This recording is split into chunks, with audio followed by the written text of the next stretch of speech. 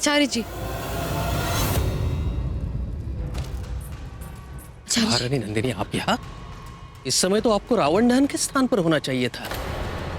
क्या बात है, सब कुछ कुशल तो है? आचार्य जी, मुझे आपसे बहुत ही महत्वपूर्ण बात करनी है। ये महाराज के विषय में है। संकोच करने की कोई आवश्यकता नहीं है, आइए। रुक जाइए महारानी।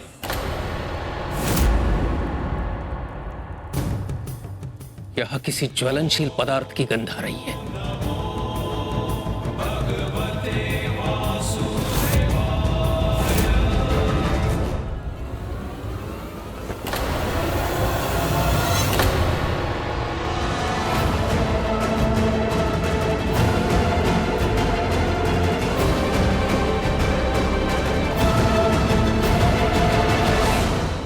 आचार्य जी, ये क्या है? ये दो ज्वलनशील पदार्थ हैं। इनके घर्षण से अग्नि प्रज्वलित हो सकती है और इस कक्ष में अग्नि का तांडव हो सकता है। मुझे संदेह है कि ये ज्वलनशील पदार्थ इस पूरे कक्ष में बिछाए गए हैं। निश्चित ही यहाँ कुछ षड्यंत्र रचा गया है। हमें महाराज को सतर्क करना होगा। आइए महाराज।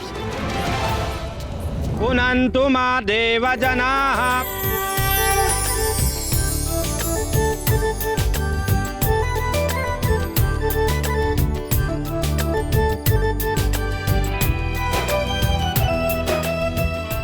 धनुष नारायण भगवान की जय। राजमाता, रावण दहन का विशेष मुहूर्त निकला जा रहा है।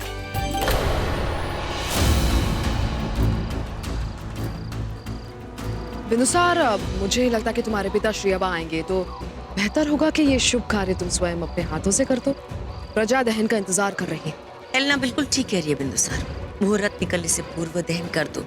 अब चंद्र नंदिनी के लिए प्रतीक्षा करना व्यर्थ होगा।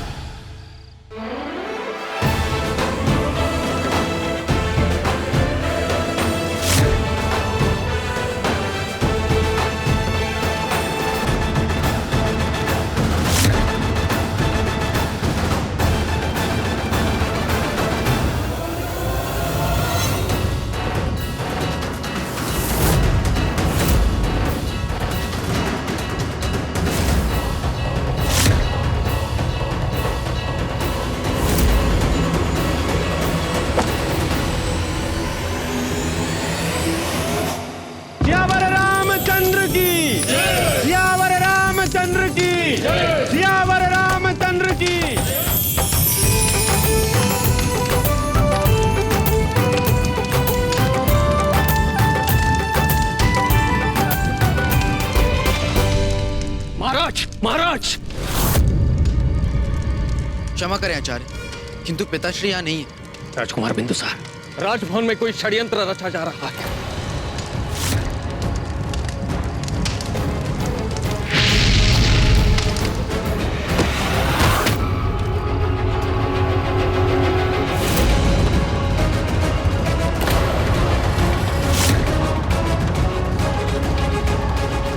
ये मृत शरीर किसका है?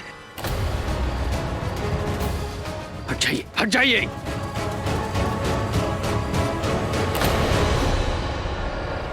महाराज कहाँ हैं? हे भगवान, ये मेरे परिवार के साथ क्या हो रहा है? कल से धर्मा भी नहीं दिखी। भगवान सब कुशल हो। चंद्र, निश्चिंत रहिए, ये ना ही तो महाराज हैं और ना ही धर्मा। तो फिर चंद्र कहाँ है? मैं यहाँ हूँ आचार्य।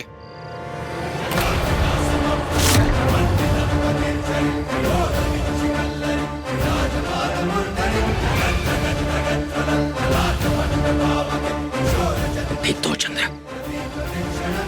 और ये कौन है? इस बात का उत्तर आपको ये देगा।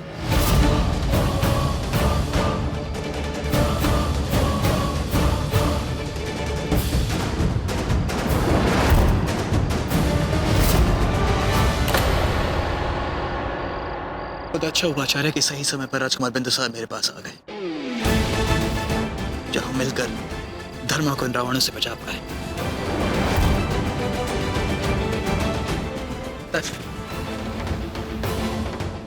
सच मुझे आपसे एक महत्वपूर्ण बात करनी है।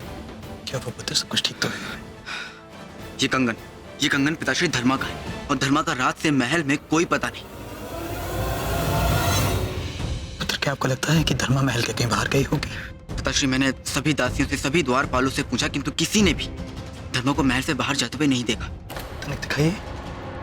बिंदुसार, इस पर तो रक्त लगा हुआ है, कि धर्मा के साथ कुछ अनैतिक तो नहीं घट गया है? पिताश्री, यदि ऐसा है तो फिर मैं सभी सैनिकों को सतर्क कर देता हूँ। नहीं पुत्र, नहीं। बिंदुसार, आज मगध में दशहरा का पर्व मनाया जा रहा है। यदि ये बात किसी को पता लग गई तो अकारण ही पूरे मगध में उथल-पुथल मच जाएगी। हमें सबसे पूर्व पता लगाना होगा कि क्या सच में महल में कोई षड्यंत्र रचा जा रहा है। यदि ऐसी बात है तो हमें साथ मिलकर उसका सामना करना होगा, कोई उपाय ढूंढना होगा। आप निश्चिंत रहे, मैं हूं आपके साथ। आइए।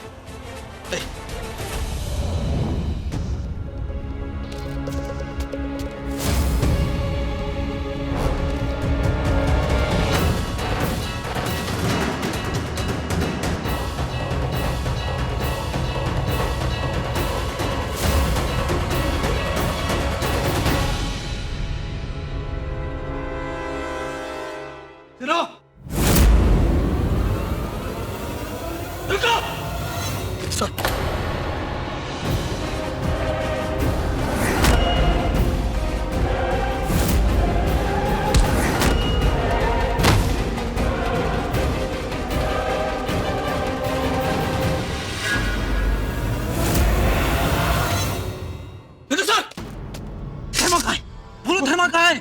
पुतला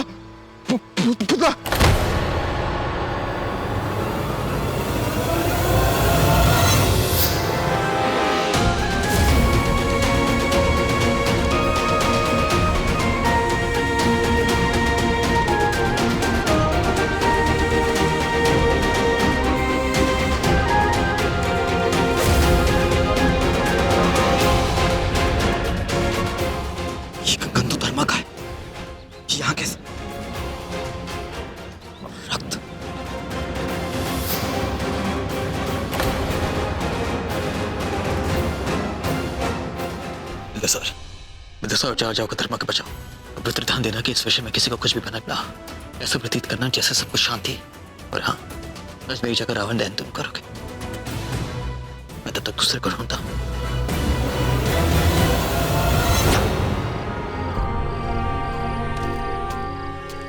धर्मा, राजकुमार महल में षड्यंत्र। कैसे? धर्मा, इसे कक्ष में ले जाओ।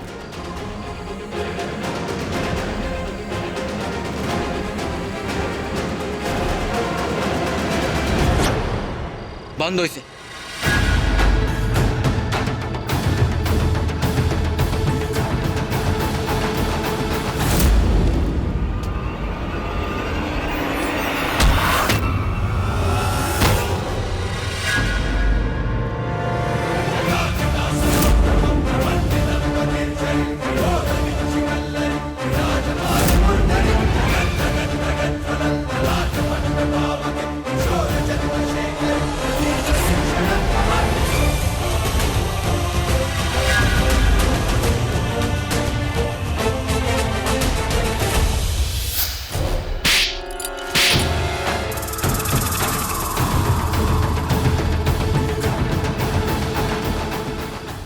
कौन हो तुम और किसने भेजा है तुम्हें?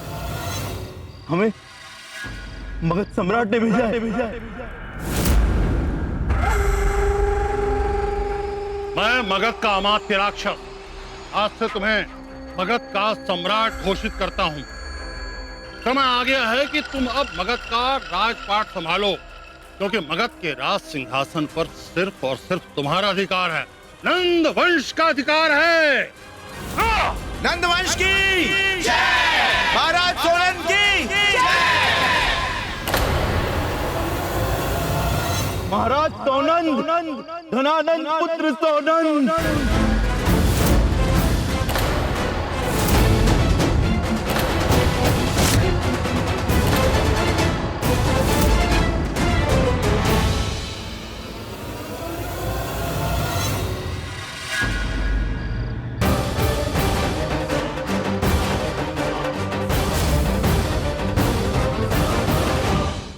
बुखार तो अब भी है। राजवधु, आपको अपनी औषधियों का विशेष ध्यान रखना होगा और सभी औषधियां समय पर लेनी होगी। आप निश्चिंत रहिए वैद्य जी, मैं धर्मा के पास ही रहूंगी।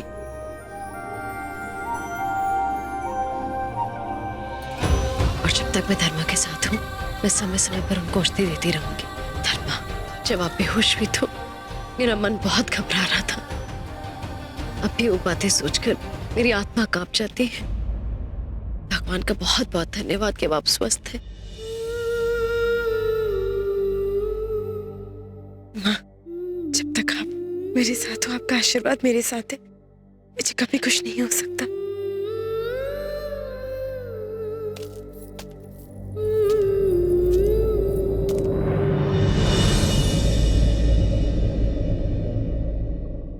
महारानी जी, अब मुझे आज्ञा दीजिए।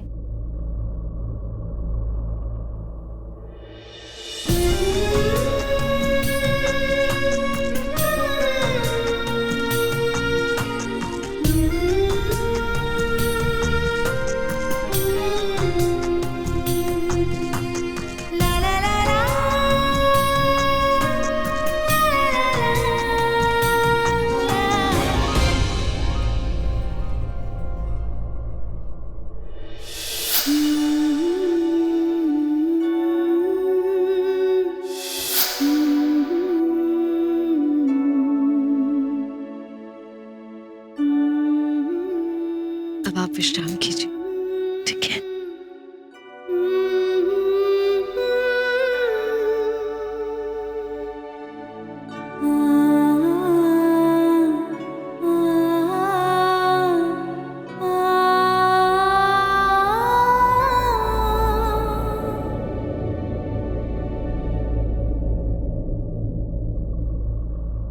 चलो बिंदुसार।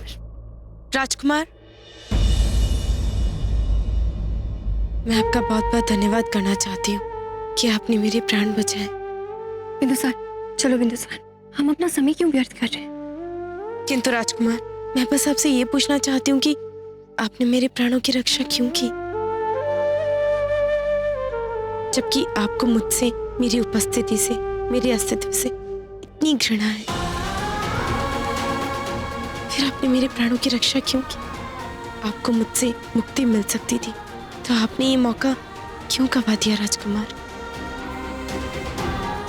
क्योंकि मैं तुम्हें कदाचित मरता हुआ नहीं देखना चाहता था।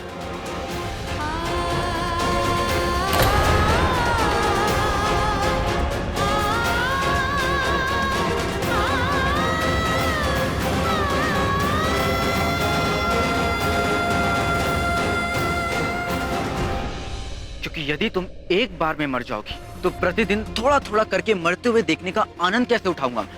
तुम्हें पता है कितना आनंद आता है मुझे जब तुम सबके सामने प्रतिदिन टूटती हो, रोती हो। यही समझ लो धर्मा कि मैंने तुम्हें अपने आनंद के लिए बचाया है। इस उत्तर से तुम संतुष्ट हो या फिर कुछ और भी सुनना शेष है?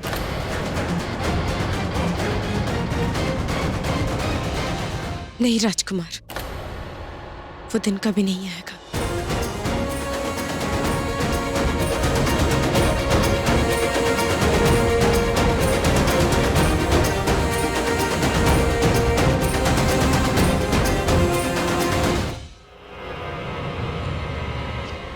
कौन हो तुम और किसने भेजा है तुम्हें?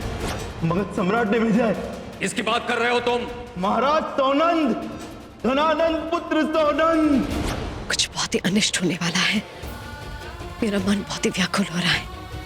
इतनी सारी घटनाएं महल में एक साथ घट रही हैं, किंतु जैसा मैं आभास कर रही हूँ वैसा मुझे कुछ दिखाई क्यों नहीं दे रहा?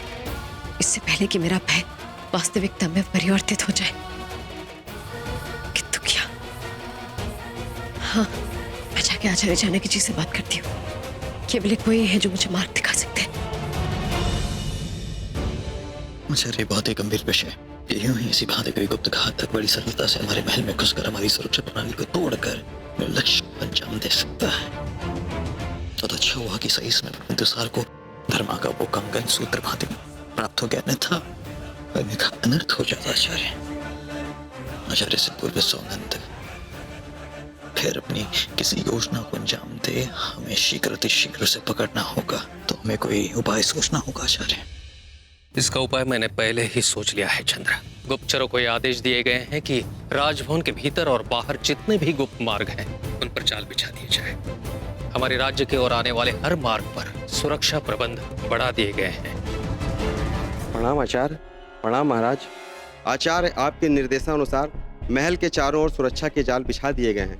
गुप्त सुरंगें, जाल इत्यादि, साथ ही महल की दीवारों पर गुप्त रोगान लगा दिए हैं, जिससे महल की दीवारों पर कोई भी साधारण व्यक्ति या कोई भी भेदी चढ़ने में सक्षम नहीं हो पाएगा। अब तुम किसी प्रशिक्षित गुप्तचर के साथ उन क्षेत्रों का निरीक्षण करो जिनका उल्लेख उन गुप्त घातक सैनिकों द्वारा किया गया था। मुझे विश्वास है कि अब तक अमात्य राक्षस और सौनन ने अपना स्थान अवश्य बदल दिया होगा, परंतु फिर भी तुम अपना निरीक्षण जारी रखो। उनको ये लगना चाहिए कि उनको ढूंढने के लिए हम उन्हीं मार्गों का अनुसरण कर रहे हैं जैसा किया जाता है। हम उन्हें अपनी गुप्त योजना का आभास भी नहीं होने देंगे। आचार्य, मुझे किसी भी सूरत में सौनंद चाहिए। हमारे अच्छे से अच्छे सैनिक और हमारे अच्छे से अच्छे गुप्तचरों को इस कार्य हेतु भेजा जाए। अवश्य चंद्र, तुम्हें सौनंद अवश्य मिलेगा।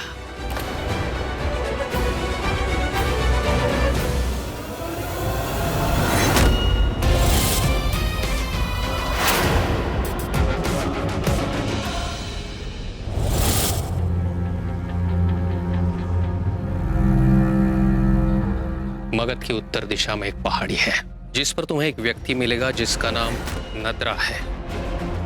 उसे ये देकर बताओ कि मैं मगध के लिए क्या चाहता हूँ, वो समझ जाएगा। तो क्या आचार्य? नहीं नहीं नहीं नहीं, इस कार्य के लिए हम इस व्यक्ति को नहीं भेज सकते। तुम जा सकते। आचार्य, इस योजना है तो मैं यूं ही किसी पर विश्वास नहीं कर सकता हूँ। मैं यूं ही किसी गुप्तचर को नहीं भेज सकता हूँ। इस कार्य है तो मुझे किसी ऐसे व्यक्ति की आवश्यकता है जो कि अत्यंत धूर्त, चालाक और चतुर है। नहीं चंद्र, तुम मगध के राजा, अपने प्राणों को संकट में डालने की अनुमति मैं तुम्हें कदापि नहीं दे सकता। इस अपने विषय में बात ही नहीं कर रहा, मैं तो आपके विषय में बात कर रहा हूँ। तनिक सोचिए, मैं वर्षों से आपके रणनीतियों को, आपकी योजनाओं को, आपकी सूझबूझ, समझदारी को अंजाम देखते हुए आया हूँ। जिस योजना है तो हमें जिस व्यक्ति की आवश्यकता है वो आपसे बेहतर हो ही नहीं सकता है, क्योंकि एक आप हैं जो अपनी सटीक दृष्टि से गतिविधियों पर, अपनी सोच से, अपनी समझदारी से कोई उचित निर्णय ले पाएंगे। और यदि आपको मगध की चिंता आ जाए तो अपने चिंता में हूं ना, आपकी अनुपस्थिति में मैं मगध के उत्तरदायित्व को कुशलतापूर्वक निभाऊंगा।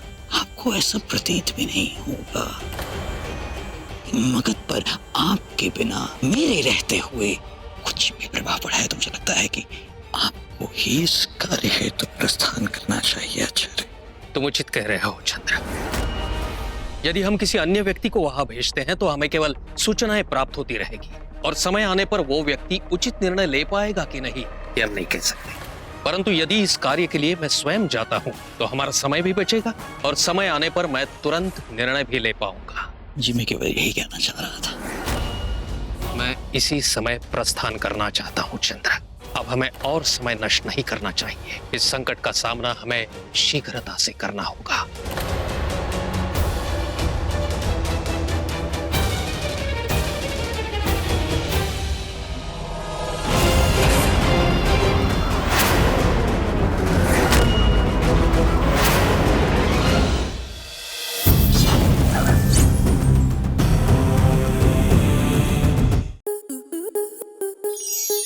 स्टार प्लस के ऐसे ही और बेहतरीन लम्हे देखने के लिए सब्सक्राइब करें हमारे YouTube चैनल को।